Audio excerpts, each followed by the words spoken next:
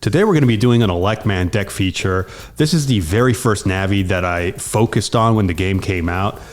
He's got a very cool effect, which is whenever you play Battle Chip, you may power up twice, which is really cool. Of course, that's paired with what is easily the worst stat line in the entire game, 101. So he's always been kind of a tough Navi to crack because he does have somewhat of an interesting kit, some cool cards, but they don't really end up working that well. And if you try to use him with his kit, it just doesn't land. So he's always been best played by going outside the kit. And today's deck feature is going to be basically outside the kit. It's a completely green deck. And the strategy is essentially to get to a point where you can start spamming Battle Chip after Battle Chip and getting yourself to Power Gauge 5, and then dropping a Battle Chip known as Geddon, which is essentially our win con over here. Basically, green has always been, it's the color associated with drawing cards. So we're going to be drawing lots of cards with our green deck and getting ourselves to a place where we have a huge hand size. We're going to also give our opponent a huge hand size. And then we're going to play this, which is you burn 3 power to make your net Navi strength +2 for each card of your in your hand and your opponent's hand. So essentially going for a very huge swing and winning the game very quickly. That's the essential strategy. There are other things we could do with the decks, which we're going to be getting into. But that's kind of what ElecMan's about. He's always been a crazy deck in the sense where you have to go all out or basically lose. The zero def makes it hard to build him as a control slow deck because you're just taking hits every turn. You don't have that kind of time, so you have to get aggressive. There are decks that regen a lot where you can just recover your health a lot with him, and there are elements of that in this deck as well. But yeah, otherwise you're really you're racing against the clock, and so your best bet with ElecMan is to spam his ability and get to a place where you go for huge swings. I do want to shout out Soul Cross. I believe he came up with this idea first. I came up with it on my own, but I think he came up with it ahead of time. So I don't want it to seem like I'm stealing his idea. I'm pretty sure he came up with it first. I do want to give him the proper shout out and the proper respect. So just want to put that out there. But yeah, we're going to be getting into it. Before we jump in, I'd like to please ask you to subscribe to the channel if you haven't already. Like the video. Liking the video is the most important one. That's the most important metric for YouTube to kind of use as a signal that this is a video that they should put in front of other people. Ideally MegaMan fans who just didn't know about this card game when it came out in 2004.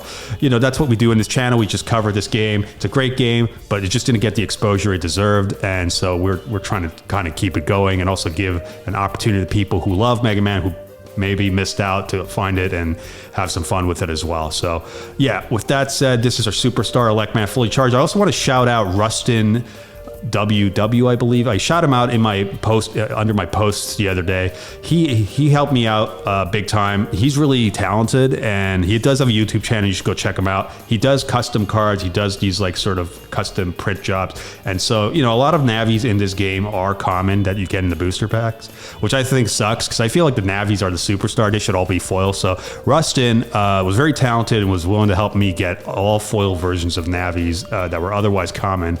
So this is his work, and I do want to shout him out. It was really awesome work. He put it together, and I do have all the other Navis here too. I'll just kind of showcase some of his work here. We got Woodman, which I got this stuff after the Woodman video, so you didn't see this one, but this is obviously from the starter deck. But he also did Airman, Numberman, MegaMan Battle Master, which is really cool, right? We got Shadowman. We will be doing a deck feature on him very soon. We got Roll, Gutsman, Magic Man, Magnet Man. We've got our favorite broken net Navi over here, Iceman. He looks really cool foil, so shout out to Rustin again for really doing a bang up job on him. I love this. I don't love the Navi necessarily, but this is a really cool one. I like the way this came out. Snake Man, of course, we did a video of him 2 weeks ago. Skull Man, that was a great video. Love him, great effect. We got Wacko Man, and this is obviously a starter deck card. And yeah, no, you should go check him out. He does other cards. He doesn't just do MegaMan. If you ever want, he does take commission. So if you ever want that, you could definitely ask him for some help. So yeah, let's get into the deck feature here. So we got ElecMan. That's our superstar for the deck feature. Let's start with the resources, do the events, and then we'll do battle chips as always. And yeah, so here's what we got for resources. So like I said, it's a completely green deck. So we're going to start with some take control. So this is a green turn one, you can just drop this as soon as you draw it. There's no power gauge requirement. You draw a card to make your opponent draw a card. So again, we want to be drawing like crazy because once we're at power gauge, so let me give you some context. Like we want to get our power gauge to 3 at least, because that's where a lot of the deck just starts going off. And our goal is to get to a point where we could just start drawing like crazy and eventually getting to power gauge 5, thanks to other battle chips that let us like abuse ElecMan's ability to go from turn 3, power gauge 3 to power gauge 4 to power gauge 5. And then ideally we have such a huge hand size, and the opponent also has a huge hand size. Take control is a small way for us to help them get the big hand size, so that when we drop the get in, it's just going to give us a crazy boost and help us win the game faster. So take control. We just need to get some greens on the board because we have a lot of events, like as you can see, this and OU1, these require 3 to 4, this one takes 3, this one takes 4. We need a lot of greens on board. So the greens are basically our vehicle for getting our draw power and getting into the battle chips, and then getting into our get in and hitting for a huge swing. So take control is it's one of those resources we're going to be using to help us get there early in the game. So if you're starting a game, you want to see this, because then you could just drop it and start building your board and getting a green board going. Following up with that is Playtime, which I think is one of the best green resources ever printed. It's a discard a green card to draw 2 cards. So again, just a basic draw card. Really cool. Going to help us get to our combo pieces a lot faster. Next up, we've got It's Not Over Yet. You get this in the very first set. It's one of the most common. It's the most common of commons, if you will. And it's very straightforwardly just draw a card. So, very simple. But again, no power gauge requirement. We're using it because it just lets us drop it on the board as soon as we draw it. Next, we've got you've seen this in every deck, so we're definitely seeing it here. Gender differences. We have to be at turn 3 for it, but it loses 2 energy to take a card from discard pile into hand. Pretty bonkers, right? It just lets us get any card we need to fulfill our goal. So obviously going to be here for sure. We're also playing Gloomer. Gloomer just helps us get all the greens we need on board ASAP, so we can play things like Perfectly Executed and OU1.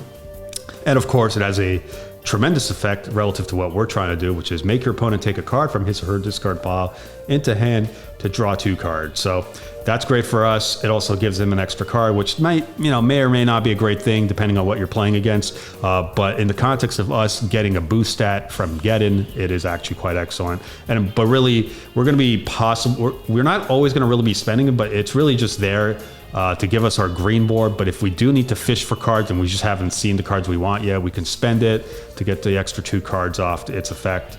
But yeah, it's really there just to give us our full green board. So that's why we're playing 4 of those.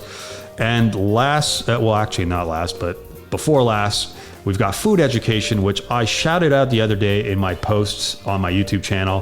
This is in the Grave set, and I kind of glossed over it when I did the Grave video a couple of weeks ago, but it's actually a very excellent card. And yeah, I'll be honest, I kind of dismissed it up until this deck, where it is actually kind of a superstar card. So we need draw power, right?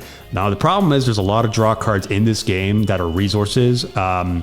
The thing is that they burn power, and in this context, we don't want to burn our power. We want to keep our power gauge as full as possible. So those draw cards just weren't working for me.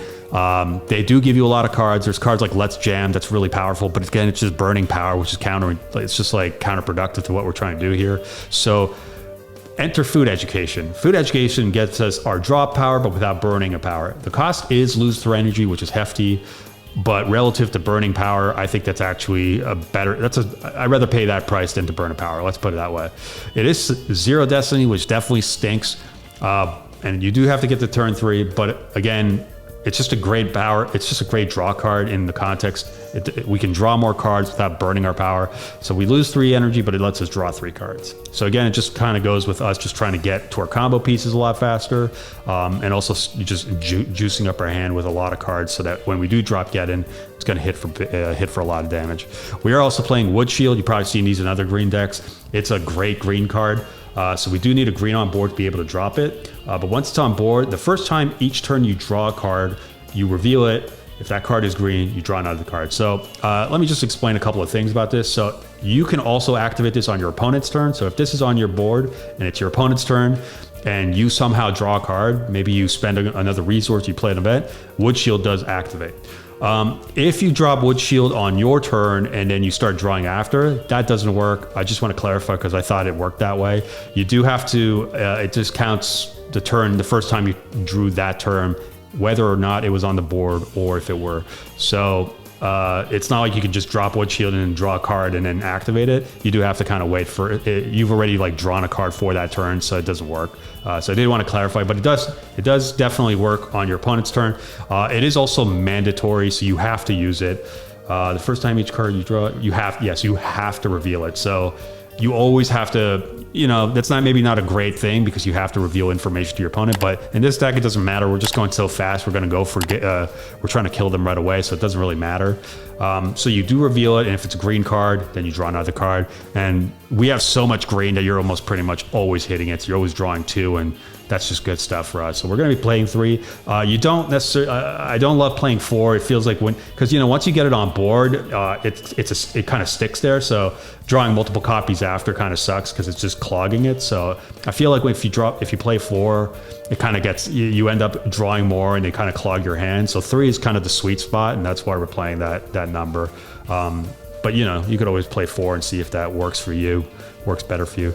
Next up, we got the events. So we'll look at the events. So we do have 1 copy of Perfectly Executed. This is 4 green, no power gauge requirement. Whenever your opponent loses an energy, you may recharge an energy. So kind of busted. Sometimes you're not able to play the get-in. You're not able to like go for game. But what you can do is basically set it up in such a way where you're going crazy off your combo. You drop. So what's going to happen is you'll have a board of 4 greens on, you know, you have your 4 greens on board. Then you'll draw Perfectly Executed, and then you can start going off and playing Double Point and Area Steal and other cards that boost up your stats. And then you can essentially create a situation where you have the perfect board and the perfect hand, and just hit your opponent and undo any damage they've done until that point. So it could be really destructive. I mean, you could even, you know, typically you can recover like 26 cards or 30 depending on how big your damage is. So you're doing damage to your opponent, but you're also like taking the recovering, which creates a complete like disparity between your life, sort of how much energy you have and how much energy you have, and it can just kind of create like a situation where they're falling behind and you completely outpace them and you're going to win the game. So yeah, we're only playing 1 because it's not a strategy you're always going to lean into, but the opportunity can present itself, and you'll see you'll see it when you play the deck. You'll see an opportunity where you're like, it makes sense to just go for the Perfectly Executed play, where you just want to like stack up your board, draw as much as you need, go for a bit of damage. It won't be like enough to win the game, but it'll hit them, take a big chunk of their life away, and it'll get you back all the cards you've like depleted in your pursuit of that like punch. And you'll be back to basically like having a full deck with nothing in your discard pile. It happens a lot. You can balance. You can either go for 2 of these. I've been experimenting with 3 get-in and 1 Perfectly Executed. Previously, I was doing 2 get-in and 2 Perfectly Executed. Try it out. See what you get that works best for you. But for now, I'm doing 3 get-ins and 1 Perfectly Executed. That kind of balances out for me. So yeah, we're playing 1 of that. Next up, we've got 4 OU1s. You've probably seen these in other green decks because, well, it really pairs well with Constructive Victory over here. So OU1 is we do need 3 green, but again, it's really easy to pull off. Your opponent draws 3 cards and you recharge 3 energy. So the idea is you generally want to get to a place where you're spamming multiple copies of these. Like best case scenario, you're dropping 3 OU1s. You're just spamming them, right? Your opponent's got like 9 cards and you're playing like a Constructive Victory, which is you spend a green resource for no effect to draw a card for each card in your opponent's hand. So yeah, you spam like 3 of these, they get 9 cards plus whatever their hand size was. Let's say they had 3 cards, so 12 cards. Then you drop a Constructive Victory, you draw 12 cards. You're definitely drawing your get-in, you're definitely drawing That's Too Easy, which is the search card of the deck. You're definitely getting everything in place to like basically whack your opponent out of the game. So this is really the key here. You get the board full of greens, you do OU1, OU1, OU1, Constructive Victory, draw into more Constructive Victories, draw into more card, you drop your battle chips, you keep spamming, and then you basically like stack up attack points, you just go for like the huge whack, right? So really the key of the deck here. That's why we're going to be playing 4 of these bad boys and obviously 4 Constructive Victory. Totally busted, and really what makes the deck. We're also playing That's Too Easy, I just mentioned it. Take any card from your deck into hand. So pretty straightforward how that works, right? You just take whatever you need at the time to fulfill your combo and win the game, right? Obviously, we're going to be playing uncommon net battler. There's 4 of these as well. Draw 2 cards, so basically, just another draw card, just to get, just to keep fishing until we get the combo piece that we're looking for.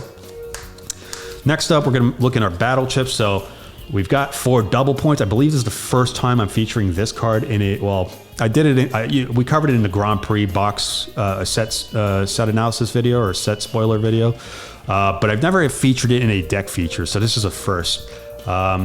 It's a really cool card. It's a chase card for sure in the Grand Prix set, and it definitely works really well with ElecMan. Let's check out what it does and see why that is. 5 Destiny, which is great. We do have to be at 4 power gauge to use it, but it's burn 2 power to make your net Navi strength +3 for each battle chip you play this turn, including this one. You may play another battle chip. So let me kind of give you the rundown. So we want to get to turn 4, right? Because that's the only way you're going to be able to play it. You're going to be drawing so many cards. Once you're at turn 4, the goal is to just drop double points as quickly as possible. It's like ideally the first battle chip you want to play, because then every battle chip that follows it, it's just going to become a multiplier. So the first one's just going to be 3, right? But then you play another, and of course, with ElecMan, you're not really burning 2 power. You burn 2, but then you can power up twice. So you go from 4 to 2, but then right back to 4, play another double point, go to 2, but then back to 4, play another double point. And now it goes from 3, it goes to 6, then it goes to 9. And then every time you play a battle chip, it becomes a multiplier. So if you ideally play 3 of these or 4 of these, I mean, that's a crazy one. I've only been usually hitting 3 double points in a game, but sometimes it's possible you might hit 4. But like if you drop 3 double points, then every battle chip you play is immediately a +9 damage. So pretty nuts, right? So here's what we got like in terms of battle chips. We got the 4 double points, obviously, but then what else is coming down the pipeline is the following. We got area steals. So you drop, if you drop 3 double points that turn and you start dropping the area steals, guess what? It's not just +2, it's +8. That's right, +8. And that's not just the area steals. Now you got the rock cubes. The rock cubes give you 2 defense, but now if you drop the 3 double points, now you're getting 9 damage on top of this. So your rock cubes become +9s, and you can just keep spamming rock cubes, +9, +9, right? Gets kind of crazy. You see how this can really escalate. Then we've got our big, as if so you could do a ton of damage just off double point area steal rock cube, but it's even if you want to just drop even extra cheese, you could just drop the get in, because there are times where it's going to happen where you've double pointed 3 times and then you've stacked a bunch of damage off these. Then you're dropping the get in, which just gets +2 for each card in your hand and your opponent's hand. And on top of that, the double point stacks, which is another 9, as if like you're not even like you're just going for crazy damage, dude. So that's basically the deck. The deck is like, get your board full of greens, get to turn 3 ASAP, start going crazy with the OU ones, the constructive victory, to start drawing like crazy, start dropping the double points, start playing the area steals and the rock cubes so that you can go from turn 3, you go to power gauge 3 to power gauge 4 to power gauge 5, and then you finally whack him with the get in 3 and just knock him out of the game. That's the ElecMan deck. Big caveat, of course, is it is very like balls to the walls. And it's like sometimes you're gonna go for crazy and it's gonna hit like it's gonna be awesome, but then sometimes it is like it does flatline. You just don't get the right cards, the right combo piece. It very much is that kind of deck where you're going for broke. It's either gonna be the best game where you just totally cheese your opponent, or it's gonna suck. You just didn't get your combo pieces or things didn't quite line up. That is kind of the big caveat of the deck. So, but it is really fun.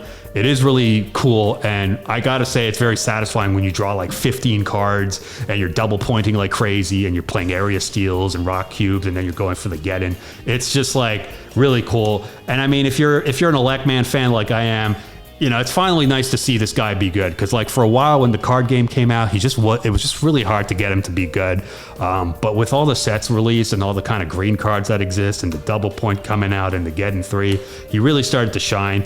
And yeah, I just love this deck. It's just so much fun. You could totally like solitaire this deck too. Like if you ever like just go on the site and build it, you can just totally play it with yourself and just see how it can kind of go off the rails. So I will also say, look, obviously if you go against a blue or yellow deck, like anything else, you're just gonna run into some like roadblocks, right? Because they have all these they have just like disruption like no other deck.